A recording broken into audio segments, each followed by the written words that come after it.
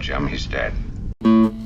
Welcome back to Improv Autopsy. I'm Stephen Cadwell, your host, and this is part 2 of my interview with Adam Bellis. Let's get to it. Enjoy part 2 of Adam Bellis, Improv Autopsy. Did 6 Degrees do any other festivals? Go anywhere for other than Fringe? Yes, we did 1 or 2 MegaCon conventions. Oh. I mean, we're such a nerdy bunch. It was a really good fit.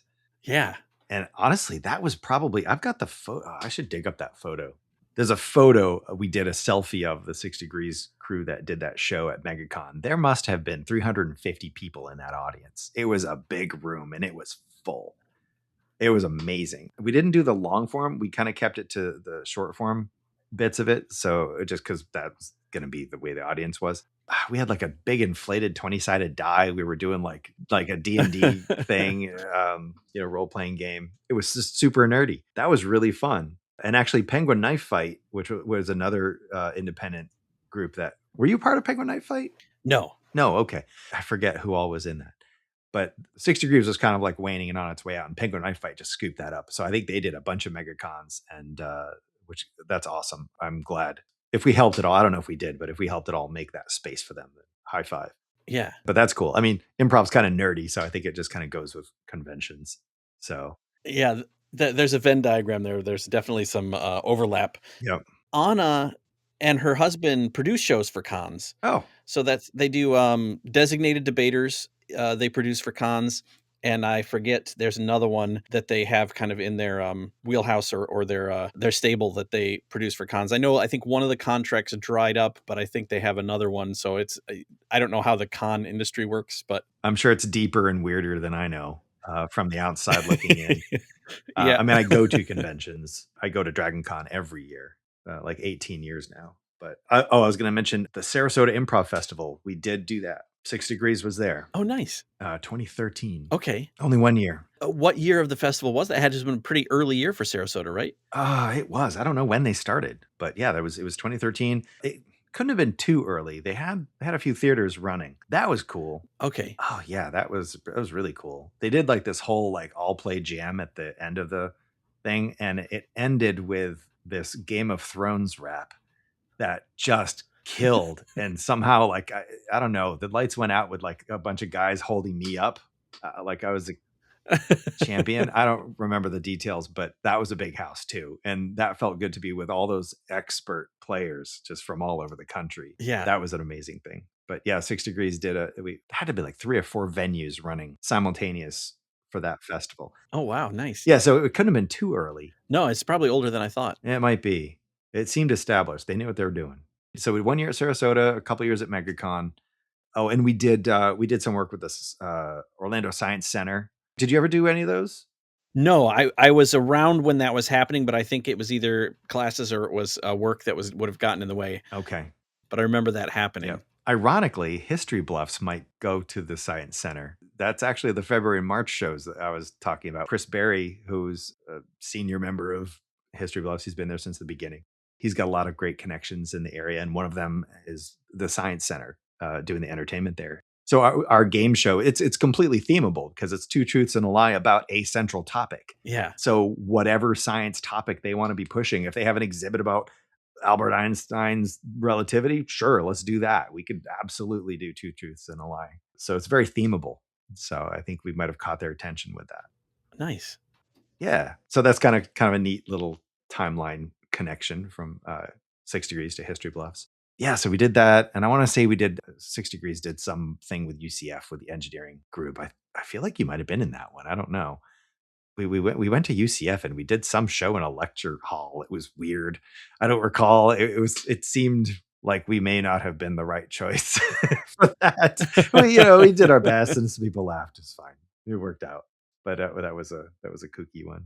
Oh my God, Rob Ward. I forgot. Oh yeah. Here I am like, yeah, Rob Ward was a big part of 6 Degrees. Yep. I haven't talked to that guy in a couple of years. Occasionally we'll bump into each other. I just remember that because I think was he Sherlock Holmes? I don't know. Whatever. Weird little flashes of memory jumping around. Yeah. I have a little bit of memory of, there was a place kind of near Harp and Celt that I think we may have performed at. Yes. They had a cinema upstairs. They did. They had a cinema upstairs, which was also doubled as a theater space if they wanted it to. Okay. Yeah, there was a cafe downstairs. You're right. We did some 60 Degrees stuff. It was right there on Magnolia. Yeah. Yeah, 2 doors down from the Celt, the Harp and Celt. The ones I went in or I was in, if there was more than one, there may have been more. I think there was more than one that I did. I don't think they ever went like really well. It was always the stage was also it had the windows outside, sort of like Austin, but it was a smaller stage. It was kind of off in the corner, and Yeah, very small. it just wasn't as conducive to. No, there was something about that layout that just didn't work. Yeah. But we even did some of the early 6 Degrees shows at Natura Coffee and Tea over by UCF. Yes, I know I'd been in there. What's weird is another, I don't remember who it was, but another improv troupe years later I heard was doing that. And I'm like, oh, no kidding. I did that. But that must have been in like the first 6 months or less of 6 Degrees, like really early.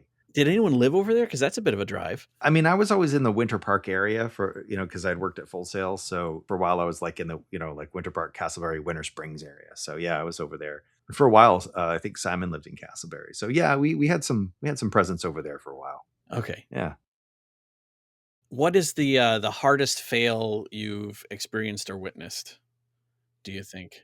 I think I'm going to answer it with two responses. One would be just like internally, personally. Like, I feel like there were a couple ensemble shows that I was a part of that we'd hit the music point. There was always like at least two shows because there was an accompanist, a pianist for the ensemble shows, but there was not for the Next Gen or Gen S Wednesday shows.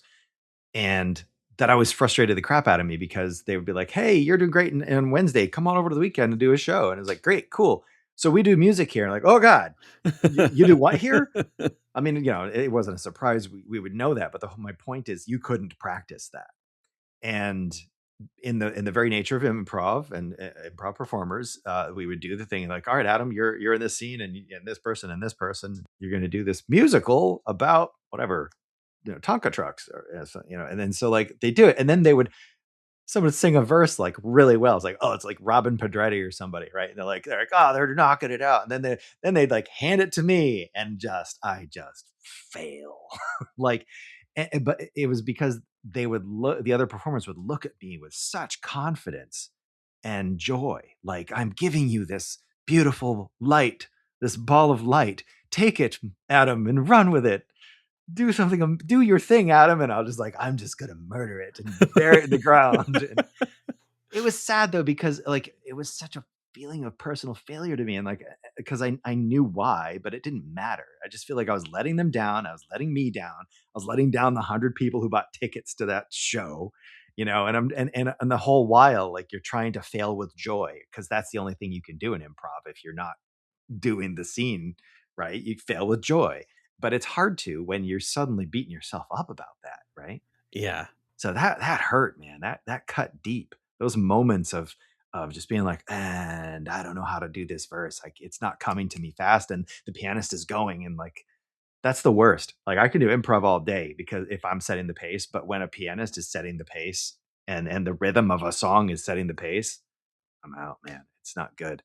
So there were like a couple moments because I apprenticed a number of times over the years, and we would always get to that damn music scene, and I'm like, oh God, here it comes. I got better ish over the years, but I never really, that was never a polished gem in my jewel box. Now that was like a personal pain point. I think there was a ensemble pain point with the Sarasota Improv Festival. Actually, we were excited. We all got out there. We knew it was a drive. I mean, Air Orlando to Sarasota is a haul. Yeah. If no one's ever driven that is like a solid 2.5 hours in the car. And like, you had to plan for that.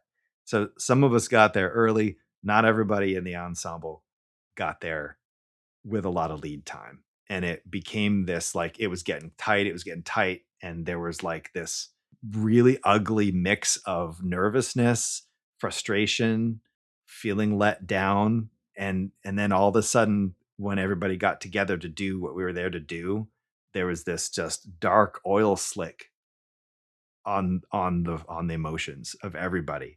And we dropped that ball so hard. It was like, I mean, people watching that show that we did must have been like, how did these people get picked to do this? This sucks. And it wasn't because our skills and Right. craft sucked. We just it colored the emotion, and that was uh, yeah, I'd have to break that one down even further, like in another conversation to say what I really took away from that. But I can say that that was like a dark moment. That was one of the darkest moments of my improv arc. To feel like what it's like when the ensemble is like when there's like actual like not animosity, just like feeling like strained and pulled and almost let down or betrayed for what should have been this triumphant moment of, oh my god, we did it, we made it to the improv festival, we were invited to be here, and we're going to do a kick-ass show. And as curtain time came, it was like we were just it was a negative dark pall. So that was a bad one. I do wanna explore that a little bit more, but, to go back to the singing bit, I'm not a singer, Hmm. and, I feel like I can commit harder now, and I'm not as worried about any sort of judgment because, if nothing else, I'm making those who can sing sound even better. It's true. Yeah. So to go to the festival thing, this was the one with 6 Degrees at Sarasota? Yeah. It wasn't the last performance you guys did though, right? It was not. It was not. Okay, that's good. Yeah, it didn't kill the group, but it just killed that performance. I think about a couple of the worst performances that I remember outside of just being a novice or inexperienced. The first festival that Offsides did, there's some naivete there because we're like, hey, let's create a long form, do a long form. So we did this thing called Transit that probably peaked 2 workshops before we did the festival. Mm. And by peaked, I mean that was the only time it was going to work. Oh, no. It worked great in whoever's living room we were playing in, Yep. and we got to the festival, and it was just, like, the nervous sweats start, and you're like, "How do I get out of this?" And suddenly, Oh, you're no no. longer in the show because you're watching it from above and trying to pull the strings to make it work, and nothing you do works. Yeah. I mean, they invited us back for some reason, I still don't know why, what they saw in us, because that was not a good performance. Yeah. Wow. I've been there, watched that external where you feel like you're controlling the rovers on Mars, but Yeah. you're like, "I'm not even on that stage, but I am." Yeah. I mean, is that what it was like for you in Sarasota, or was it? Yeah. Yeah, that's a great description of it. Yeah, it was very mechanical. It was Yeah, like, I know what to do. I know, the reflexes were all there, but the heart and soul had drained out of it before the show even started. it's so crazy to have all of the knowledge Mm. and at the same time be not following really any of the and the core rules in my mind in those instances being, yeah, stay in the moment, just Mhm. react genuinely to what's going on and stop judging because the other performance for me that was probably one of the worst of my life is Mike Avalos and I went to a festival in New York City. The only time I performed in New York City and it was one of the worst performances of my life. Oh, no. And I have spotty memories of the show just because I think I blocked the rest of them out. It's a trauma performance. Yeah, and Oh, god. it's one of those things where it's like you start judging every offer, not only your own, but other people, but your scene partners, and it's like, I'm playing with very skilled, very good improvisers, and yet we're failing, and I don't know why, Yeah. and it just, you tripped on the top of the ski jump, and you keep trying to get traction, but you're going down and you're going off it no matter what you do.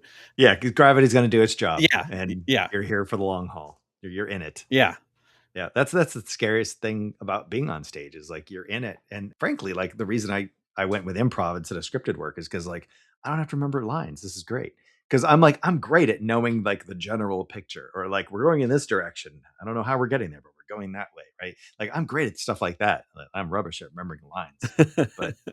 But I guess I mentioned that just because, like, yeah, like, you're in it, like, when it starts, the lights go up, like, that's the happening. There's no way out of it. You can't just be like, "Nah," yeah, and walk. I mean, I guess you could, but that's a really bad move. So, yeah, that's wild. It's hard to recover from things like that. yeah. Yeah, I think to that Sarasota moment, and it's like, like if we had all just like had an honest moment and then a big hug, we could have done that because we were all friends. We remained friends after that. It was Yeah. like it wasn't like the worst thing on earth, but it was like just the wrong, slightly wrong thing. And like seriously, we could have just talked it out for 10 minutes and had a big hug, maybe a kick in the ass. I don't know, and we could have taken that stage and just rocked it. Yeah, hindsight. Yeah, yeah. Okay, let's switch gears a little bit. Adam, how do you get into the proper headspace to play? I need to be with the cast for more than 5 minutes. We need to talk, and not about serious stuff. To get in the headspace, if I'm going to take the stage with, say, three other performers or five other, it doesn't matter. I just want to be in a room with them for like half an hour, and we just need to shoot the hay.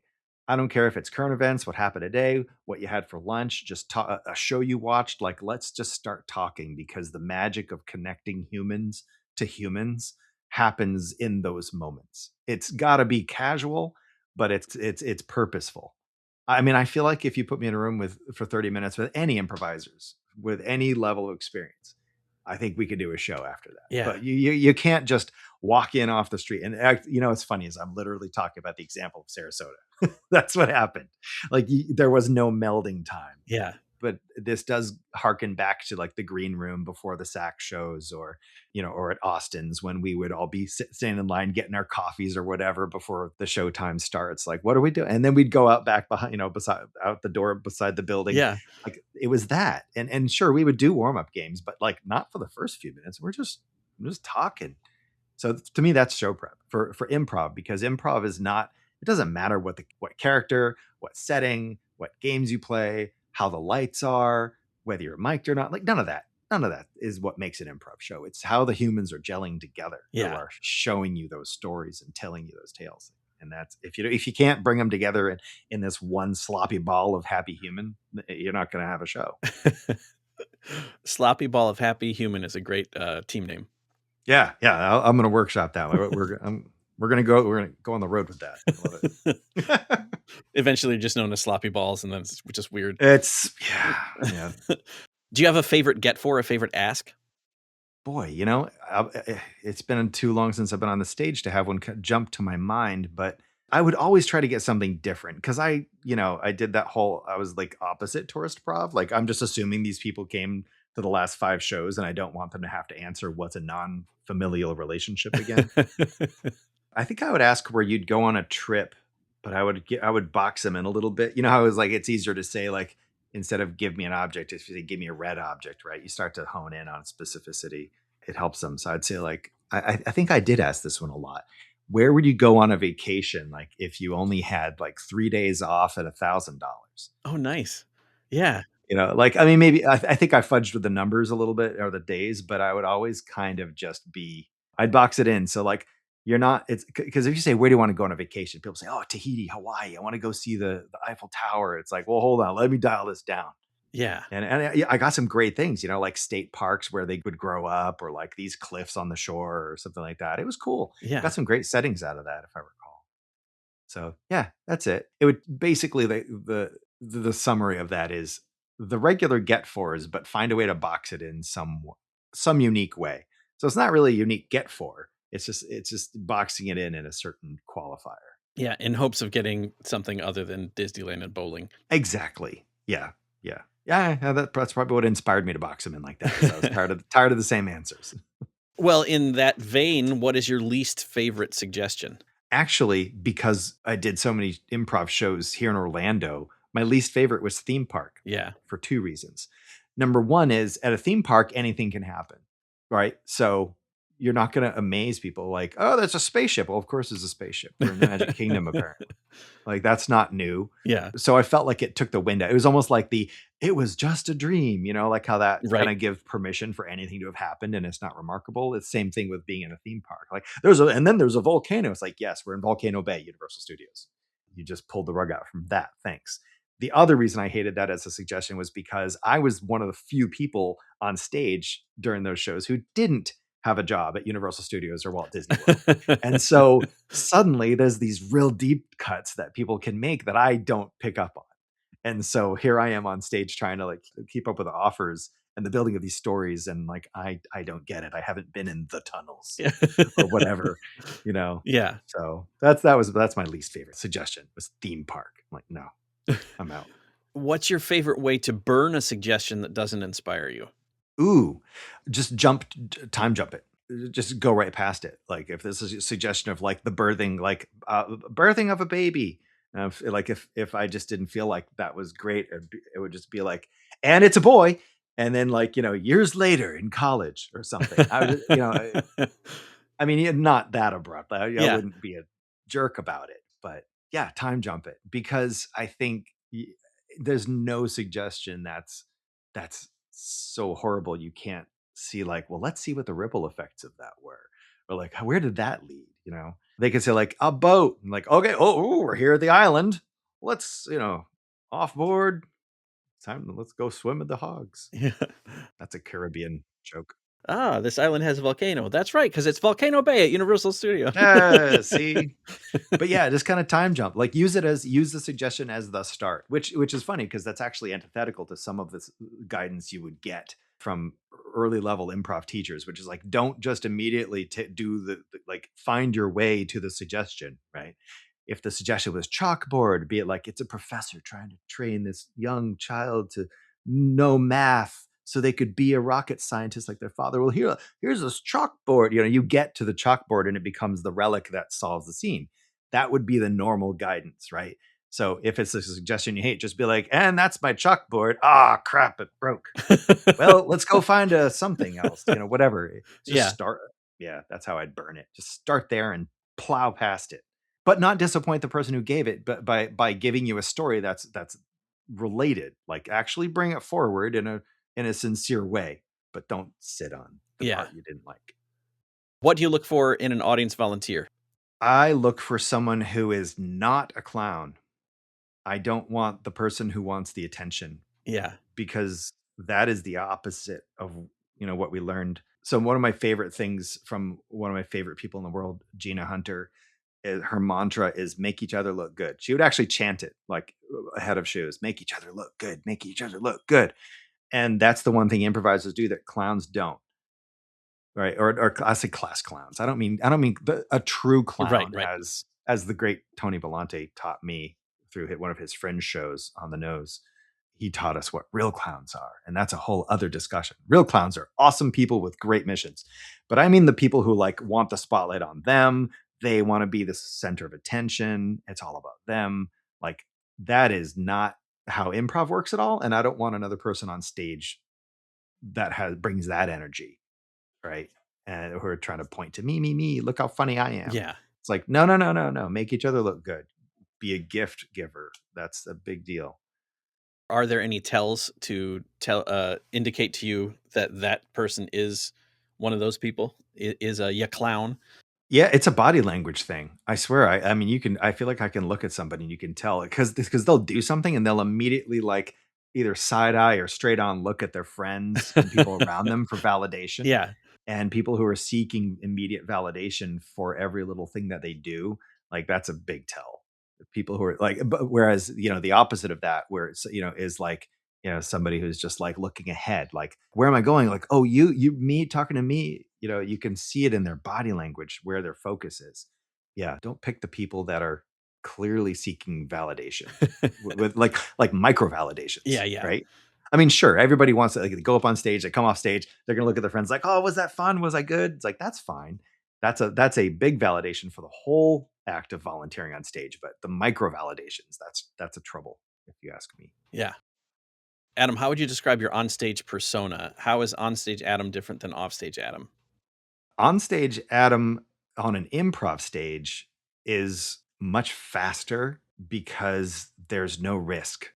Failure has no cost unless you're failing the audience. But like, as far as storytelling, I mean, when the lights go down at the end of the scene, none of it mattered except how you made people feel. Right? There's the beyond the fourth wall aspect of it. That's different. But on the stage, I'm way more big. I think my personality becomes bigger. I think I'm ready to take chances and say things I normally wouldn't say, or be maybe sly, like have aspects of, like, I'm a very polite, kind person. I think I would describe myself as. When I'm on an improv stage telling stories with other performers, like, I can be things like, I could be mean, I can be like extra boisterous or bold in ways that I'm not in real life, because in real life, I think I'm too concerned, not overly so, but I think I'd measure myself to make sure that I'm not making other people uncomfortable around me. I like to make sure people feel comfortable. And I mean, you can go to any room in the world with 50 people, and there's gonna be a lot of people in there who are going to be off put by someone who's like got the big car salesman. persona, right? Yeah. I don't even like the big car salesman persona, but on stage, yeah, let's do it.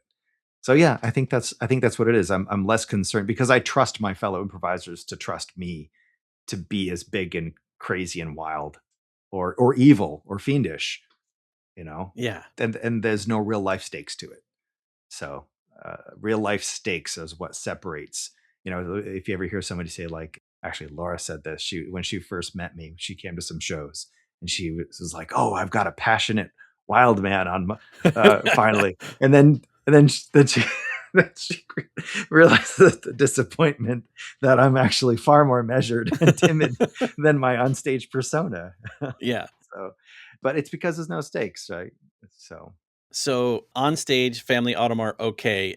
Your all hands meeting with the rest of your engineers, Family Automart, probably not going to fly. probably not gonna fly. Yeah. Exactly, exactly. What inspires you on stage? When other people are ready to play, and again, I'll point to some of my favorite people I've ever performed with. You know, like Darren Humphrey, or Gina Hunter, Simon McDonald, Steve Grogan. There's many more. I hope nobody's mad I missed them because I just space on names a lot. But like you can see it in their eyes when you see it in their eyes and they'll look at you and there's this like devilish little like let's play Yeah. that inspires the crap out of me. Like I can feel like I've already been uncaged and then I'll see that look come at me and like all of a sudden I realize like there were three more cages like Russian nesting dolls. Yeah. Anyway, yeah, it's like you didn't realize there were three more cages and like you get that look and you just burst out of all of them and it inspires this amazing level of energy, creativity, like on the fly, just things that you just can't even believe you did after the fact. One of the favorite things I'd like to tell people who are not from a performing background is that I would do improv shows and the next day I'm sore. Whether or not I did any rolling around on stage, which that did happen sometimes, but like just the sheer like energy coming out of you and like the things you would pose your body doing, you know, is almost like a dance class.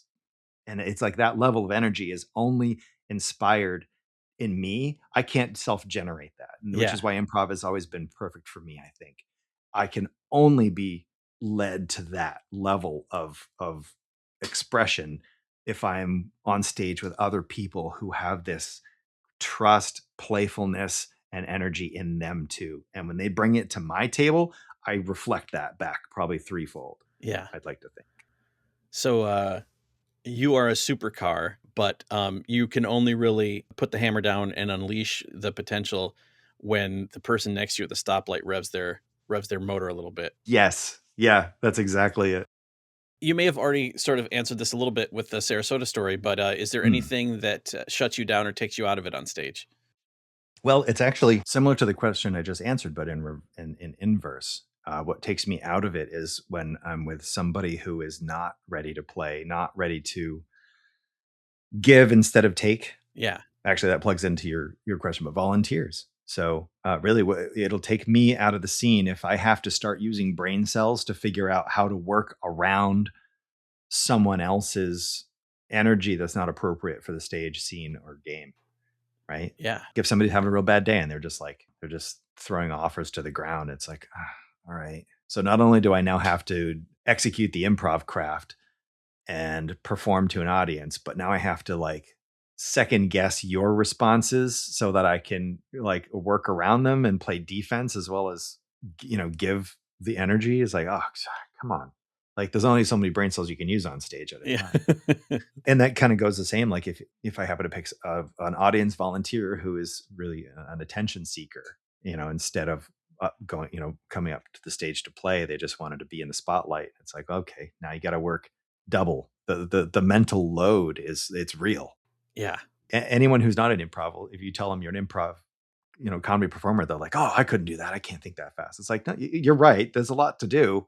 There's a lot going on upstairs. So when you take all that and you're trying to push your own boundaries, like every show you do, you're trying to like extend your skills and expand the envelope, do things maybe you hadn't done, like, and you're like, I'm going to go out there on a fun mission for me. And then you get this energy, whether it's another player, a volunteer, or even just somebody in the audience that's like trying to heckle or not being a good audience member. Like those things really take the energy out because I don't feel cut out. I'm not. I don't go to an improv stage using only like 60% of my capacity with 40% to spare in case there's a jerk in the audience or something. Like it's not how I approach the stage. Like I'm going in at 99 and a half. The other half is remembering to, like, I don't know, where did I put my water cup? So that'll take me right out of the improv thing. Is if you're cutting my mental load or my capacity by making me have to deal with something that shouldn't be there, that's inappropriate to be there. Usually an energy. Yeah. Yeah. Again, this one you may have already answered in some ways, but in your estimation, what makes a good scene partner? I would have answered this differently at different places in my progress, right? Early on, I'd say like, well, they have to yes and or something, something basic. Yeah, yeah. Because I don't think there's like a very tight criteria for a good scene partner. I think like almost any improviser who knows a little bit of the craft can be a great scene partner. I think the nuance of yes and, which is, the number one tenet of improv, the nuance of yes and is not language. Like, we learn in improv basics that it's a language thing. Like it's words coming out of your mouth. Yes, and this, right? Yeah. Yes, your offer and this information. But as that develops, I think you just come to learn that it's an attitude and an energy. That's how you end up with successful improv scenes where people are disagreeing, right? Because like, how do you disagree with yes and? I was like, well, no, you can, because it's really about your yes anding that person's body language, that you're yes anding that person's energy, their physicality. Like you're yes anding on so many little channels. There's a lot of channels, and they're not just verbal. So I would say the perfect scene partner is somebody who understands the full breadth of that yes and embraces that. And you don't have to be an expert in improv to know those things or even to do those things. But boy, you can come up with some beautiful scene work. You know who I'm reminded of is Sarah Justice. Yeah. At SAC many years ago, we were doing teams. We were doing teams of 3, but this is when we were Lab Rats. So this is before it was Gen S. It was Sarah, myself, and somebody, and I don't remember who it was, but they ended up with a conflict and they never came. And so it was just me and Sarah. And Sarah, I think, did exactly what I'm talking about. Like she understood yes and in the full depth of it, and we were unstoppable. Like the audience was voting, and like we destroyed all the other teams. We won. Then they did the whole thing again. Ended up on a team with her again. We destroyed it again. Like we were unstoppable. And it wasn't because she or I were like some mad crazy experts on anything. I just think we just really yes anded each other on every channel that could be, and it was beautiful.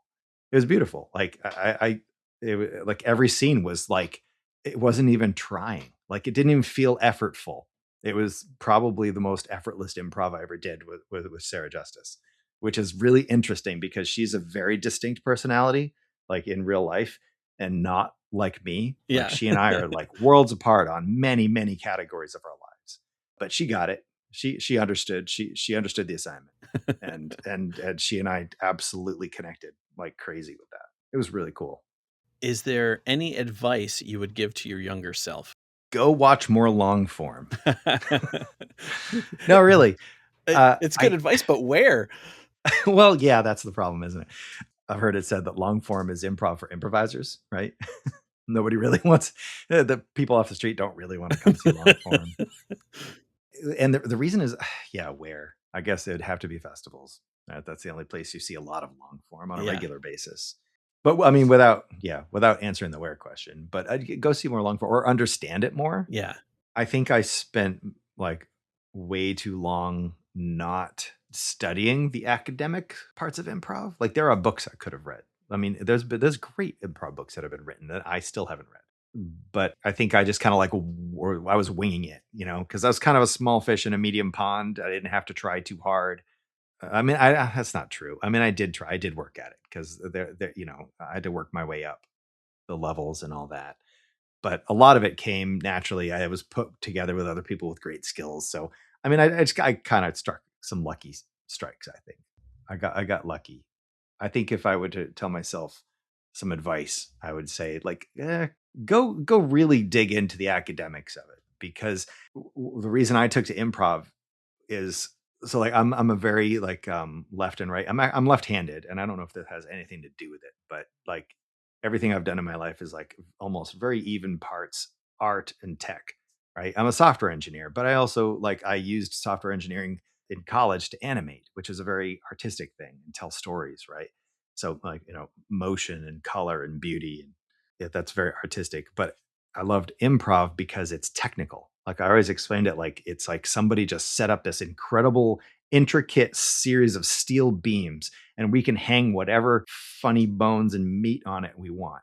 I don't know what kind of weird creature I'm creating here for the metaphor, but let's just run with it. But because it's got this technical basis to it, you can study it. I think more so than you can study a lot of things. I mean, like if you go to a performance school and you're learning how to do Shakespeare or something, it's like, I don't know how much you can really study the technicality of doing Shakespeare. I'm sure a Shakespeare expert could slam me to the ground.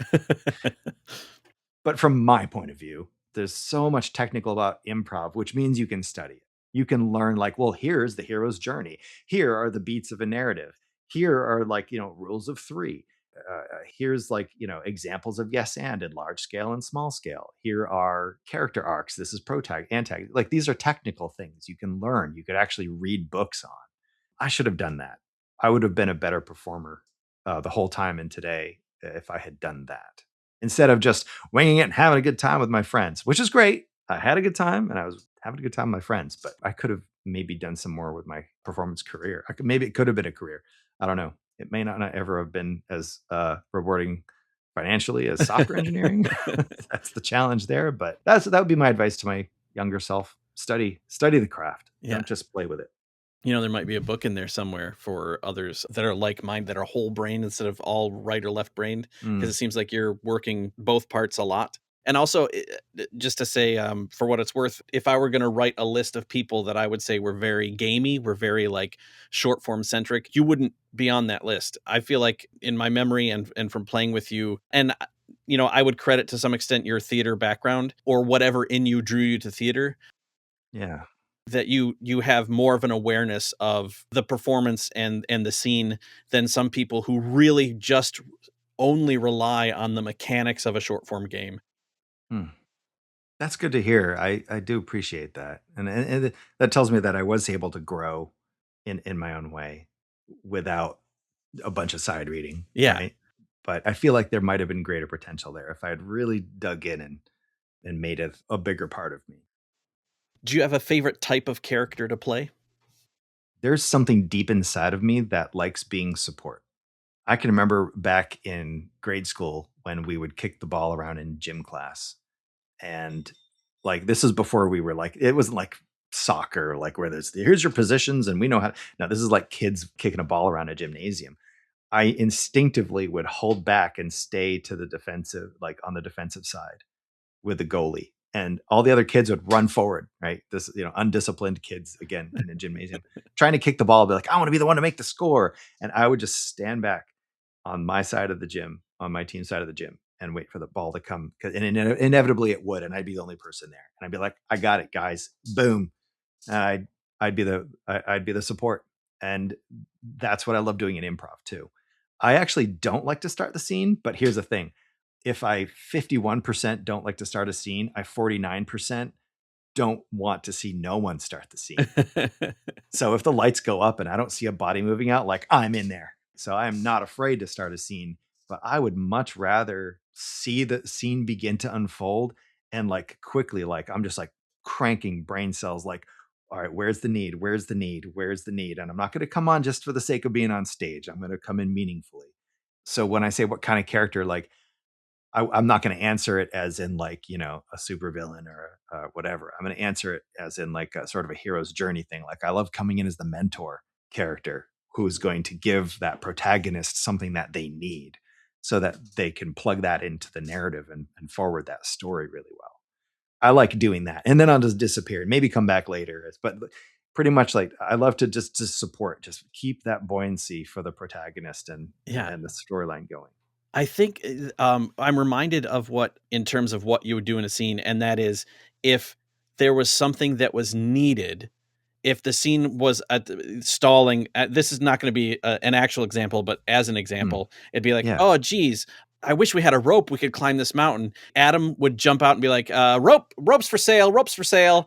That's right. I used to do that. And then and furthermore, if you're like, oh, I don't have any money, Adam would be like, well, they're free today, and like give you the thing to keep that scene moving so that you couldn't sabotage yourself and Yeah. prevent it from going. Like Adam was always there as the fill in the blank seller.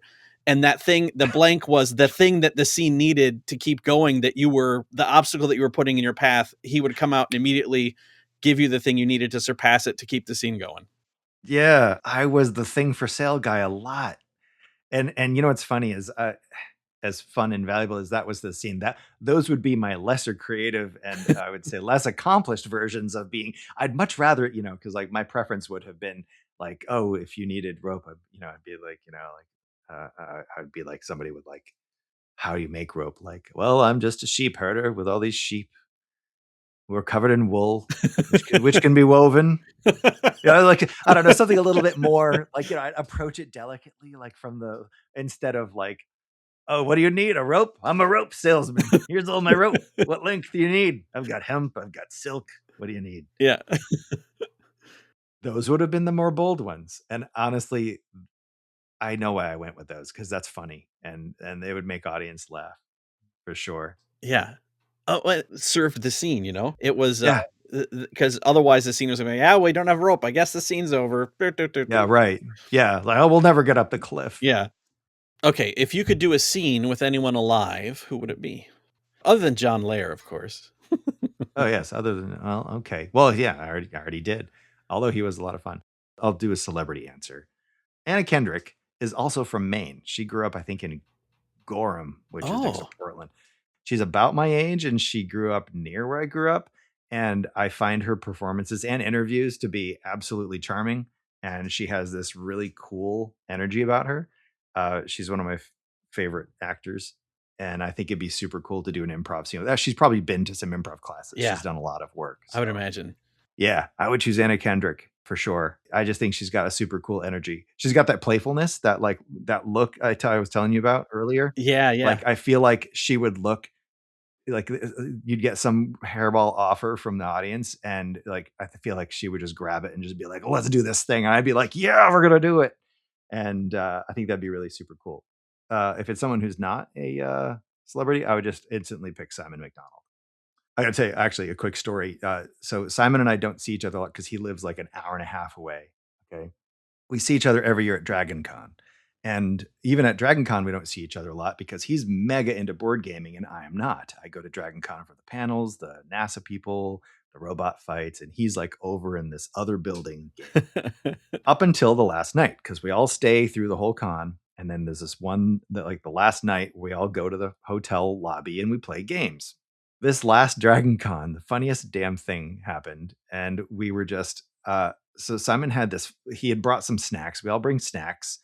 And he had this, like, these M&M fudge things. Okay. So he starts eating. He had a mouthful, and someone asked him a question about the game that we're playing. And he starts explaining it, and his mouth is full, and he knows he sounds ridiculous. Now, to everyone else in the table, I knew they were thinking, like, what a silly guy. He's talking with his mouth full.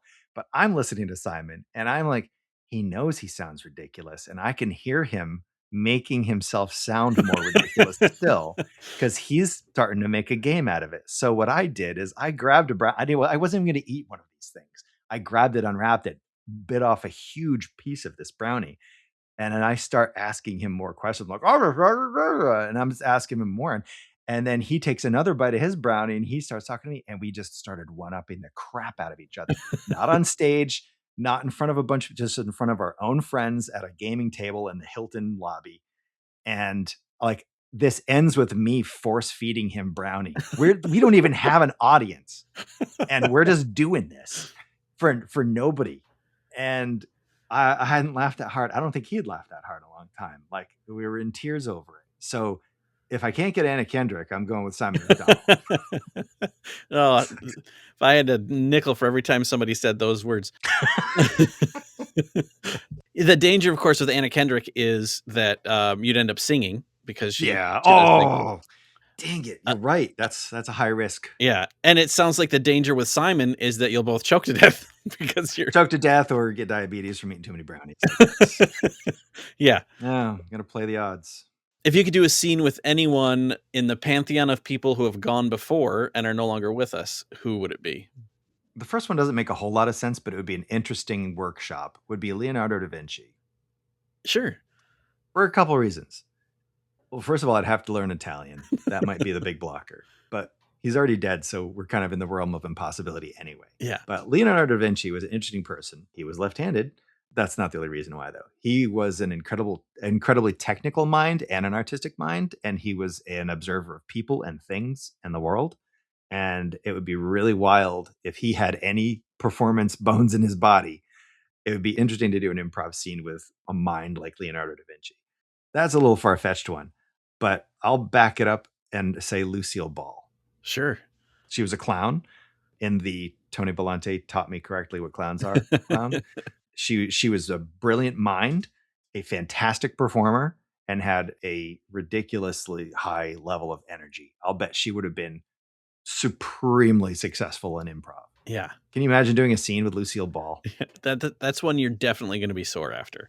Oh yeah, I don't know what's going to happen. They'll be falling, they'll be throwing people. It'll be amazing. Yeah, that's how I'd go with. Okay, so barring Lucy, if you could do a scene with anyone fictional, who would it be? It's so nerdy. I have the nerdiest answer. Lieutenant Commander Data from the Starship Enterprise D. Yeah. Yeah, Data. Because, well, first of all, he's an android, so he doesn't, there's a long nerdy bit about whether or not he's capable of creation and innovation. But he would already know all of the things that there are to know about improv. He would have the technical, again, remember, I just defined improv as 50% technical. And so he would nail that.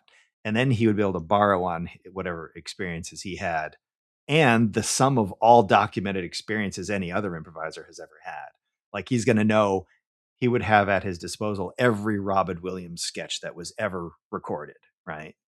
Never mind like all the Wayne Brady material, all the, you name it. So I think Lieutenant Commander Data would be one hell of an improv partner. Yeah. And we'd obviously do this on the Enterprise for the Enterprise crew on one of their little, one of those nights where, Riker's not playing his trumpet or whatever. Yeah. So.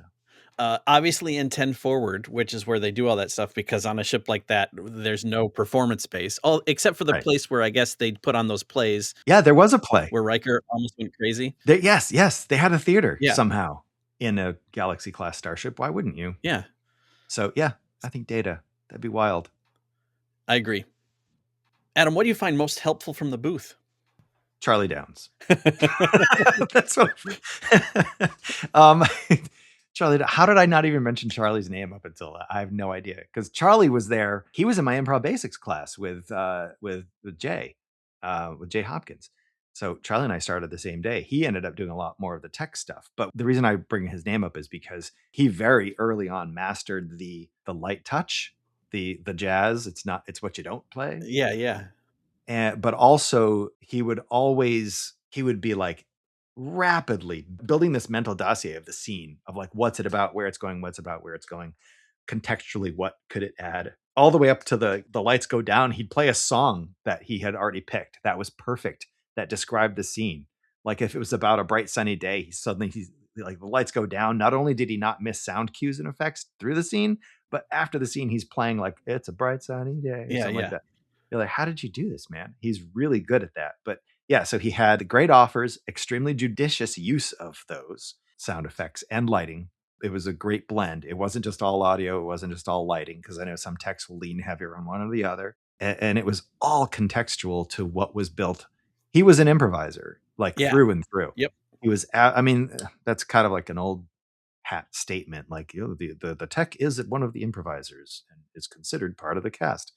Like we know that. Charlie, holy crap, does he embody that? Yeah. Because he is right there. Like if you did like those, like a Mortal Kombat Raiden thing where you like zapped him out of the booth and put him on the stage, he wouldn't miss a beat, because he's paying that level of attention to every minutia happening on that stage. Like you could just like Raiden him right into the scene and he would miss a beat. He'd be in there.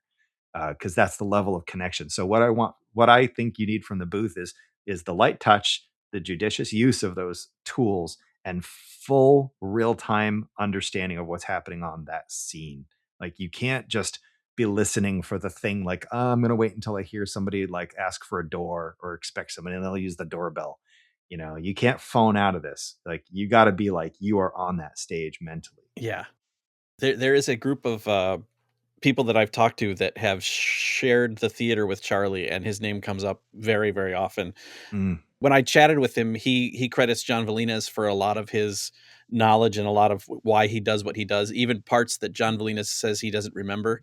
mm. Um, the other thing that is a common denominator between you and Charlie, and this is something I hadn't thought of until the conversation, until I interviewed Charlie, but Charlie does in the booth what you do or have done in the past via the salesman, which is if someone's like, "Oh, if only there was an eagle, we could get up this mountain." He's hitting the button for the eagle noise Yeah. because he's like, that's what the scene needs. So he's thinking. I mean, you're 100% right. Charlie is an improviser, and you need the improviser's brain in the booth for that to be sort of peak operating temperature. I don't know, because Yeah. he's looking at it the same way in through those eyes of what does the scene need. I will give the scene what it needs so that they're not sabotaging themselves, they're not stalling out, that it doesn't prematurely Right. end because it has something, and if I can give it, I'll give it.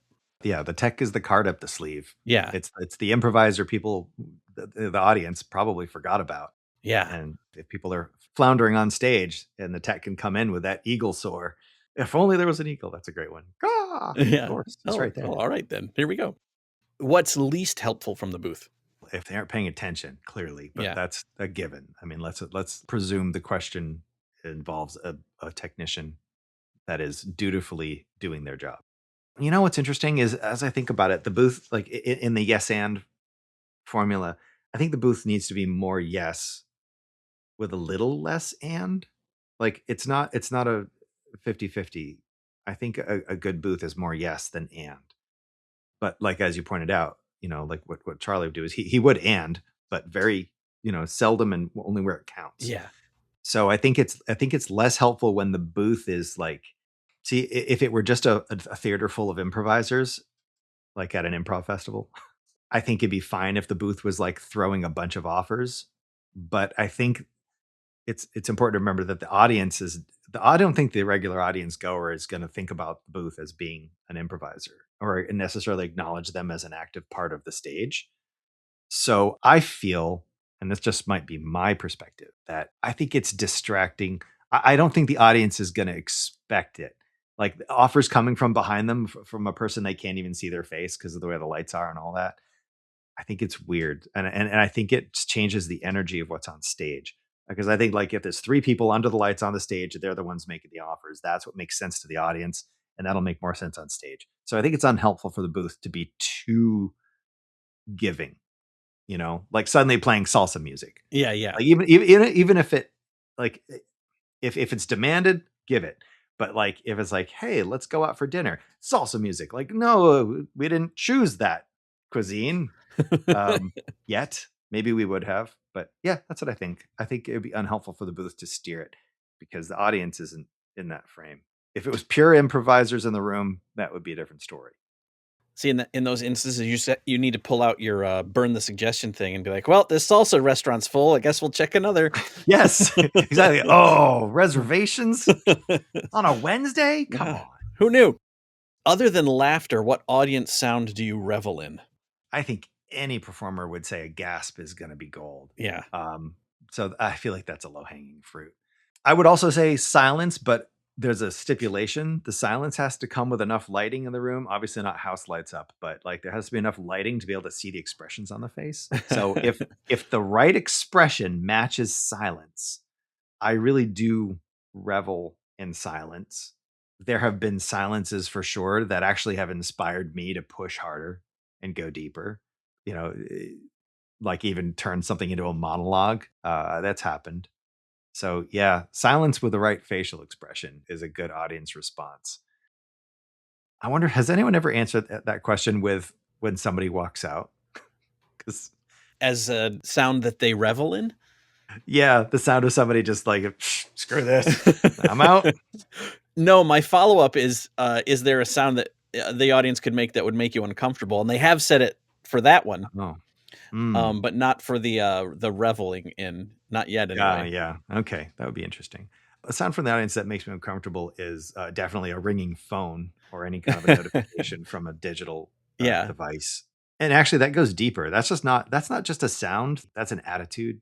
yeah, That's an attitude of the people around me in this show and the people making the show were not important enough for me to silence my device. That's what that says. And that might be a little bit cruel because there are some people that generally just don't know how to do that well, and maybe it's an ignorance thing about the technology, but like the way it hits me right away is that like you brought that energy. It's like a nice shirt. You can't slice the shirt and then just be like, oh well, just sew that right back up. It's like, no, it's not going to be the same anymore. You just ruined like a lot. yeah, You cut some energy out of the room that will never be filled again in the space of this scene that we're doing. And the people around you are distracted. Now the people around you are probably having like now their mental load has been added to it. Like, what kind of person is sitting next to me that's letting digital devices sound off in a theater? I just, yeah. If it were not illegal in most states, I'd just manufacture EMPs and just detonate them at the top of her. Like, hi, welcome to the show. Click. yeah. Everybody's phone broke. Your $1,200 iPhone is garbage. I would totally. I don't know. That's the anarchist in me. I wouldn't really do that. Is there a type of laughter that you value more than others? I want a rolling giggle. I don't want the guffaw because the burst of laughter or the chuckle or the guffaw, like those are instantaneous. Like that's like I saw a gag. Somebody could like slip out a banana peel and it'll make somebody chuckle or right. But the rolling giggle, it's an energy, it's a rising tide. It's like a tsunami instead of a wave. I want the tsunami. The tsunami is this rising floor of entertainment and laughter and humor, and it's going to it's infectious too, right? People Yeah, start to giggle. The more they do, the people around them will start to feel that too, and give them permission to feel that, if the scene is deserving of that, of course. That's what I want. That's the type of laughter I want. I want a rolling giggle. And that obviously like comes to a peak and like climaxes with the scene yeah, appropriately, again if it deserves it. But 100%, I don't like the gags. I've never liked the gags. I think SAC trained me that way, honestly, yeah, big time. It was always about like the story, the narrative, like what's important, the characters, like, and blue humor is good for a quick gag. And then what? And then what? yeah, You've made your gag. Have you done anything? Has anything been accomplished? No. So a burst of laughter or a quick chuckle it's rewarding in short doses, but that's not nourishment. So a rolling escalating giggle. before you even define that at all, and I know it's probably because of just the zeitgeist of the podcast, but when you said rolling giggle, I immediately thought about Simon, Yeah. because he can start that way, and then he just builds up to this infectious laughter. Mm-hmm. Yeah. Adam, what's the worst venue you've played? That would be Colonial Lanes in Orlando. Colonial Lanes in Orlando. I think was it Colonial Lanes? Yeah, I'm pretty sure. They tore that place down. They rebuilt it. Okay. And it was a bowling lane. It was like they could have filmed The Big Lebowski there. Like it was from the 70s. It needed to be torn down, and they did tear it down, and they built a smaller bowling lane with a large restaurant attached, and now they sell $20 hot dogs. As it goes. But we performed there. This is like in the last gasping breaths of 6 degrees. We were looking frantically for venues, and they had a bar in the old Colonial Lanes, and we did bar prov at a bowling alley. It was awful. It was awful. Nobody wanted us there, Yeah. except except the owner, who was experimenting, trying to find new ways to bring people in. But the people at the bar that went there every night, I presume, of their lives, they didn't want us there. The we obviously we didn't have like headset mics, or so we didn't roll in with an $800 audio kit. Right. So we're trying to be loud over the bowling. I Yeah. mean, why did we do that? I don't know. That is the worst venue. Any improviser hearing this, never perform at a bowling alley. I don't care what they're going to pay you. It's not worth it. Just don't do it. Bowling alley bad. I'm also imagining that the people that were the regulars there sitting in the bar are also probably one of the reasons why it was, suffering a little bit because Mhm. they, "I like this place the way it is." Right. Yeah. When I first started coming here in 1982, it's like, yeah, exactly. Like Robin Williams guest starring on Cheers. Oh, no, what is the best note or the best words of wisdom you've received? Hands down, James Newport said once, this was James Newport taught my level 2 class at SAC. So this would be around 2002. No, I was on stage by '01, so this must have been '01. We did our workshop for the class. Then we all went out to grab a bite downtown, and we're sitting outside, and everyone's just gabbing. And somebody said, I don't remember, one of the students said something like, "Oh, James, you're so funny. James, you're so funny. You're funny." And he said, and I'll never forget this. He said, "I'm not funny. Improv is funny. I do improv." And that is the wisest thing I've ever heard in my life with improv, Yeah. which is improv isn't about being funny. If you're trying to be funny, you've already failed. You've screwed your team, you've screwed the scene, you've screwed the show. Don't go up there and try to be a funny person. Do the improv Yeah. and you will kick ass. That's the wisest words, man. I will quote James Newport till the end of my days. I'm not funny, improv is funny. I do improv. What is the least helpful note you've received or the least helpful note you can conceive of if you haven't had a real zinger? There was a note that it was a good note, but I didn't know what to do with it. It does stick with me. And this is a note I got from Megan White, which was it was a high compliment. I just still to this day don't know what to do with it, which is like this is like 25 years ago. We were doing a scene and I portrayed a woman. And after it, she said, "Adam, you perform the most authentic woman I think I've seen in a long time from a man." And I'm like, yeah. Like, well, it was a high compliment, right? Because like I wasn't just being like a flamboyant character. I wasn't coming across, Yeah. like just like all. I wasn't stupid about it. I was just like, I guess it was a high compliment because she said I played it sincerely, and I'm like, okay, but I don't know what to do. I never did anything else with that. I don't think I portrayed a lot of women after that. Maybe I continued doing that. So it wasn't helpful. It was a compliment. It was complimentary, but it wasn't guidance. I don't know what to do with that still. I don't know. But I guess I do have confidence that if I am in a scene and I am a woman character, I can pull it off. Yeah. So maybe less so now because I have the beard, because I didn't have a beard when she said that. So maybe that's part of it. I don't know.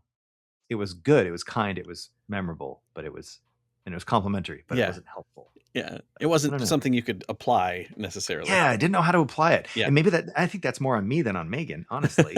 Like, she was maybe that was intended to be guidance, and I just didn't know how to employ that, so, yeah. Yeah. What she was saying was never grow a beard. Never grow a beard. I Yeah. screwed it up. I'm sorry, Megan. If there were an Academy Awards for everything improv, what would you be nominated for? I would be nominated for the thing that I think I like to do, and I think I do well, which is supporting role.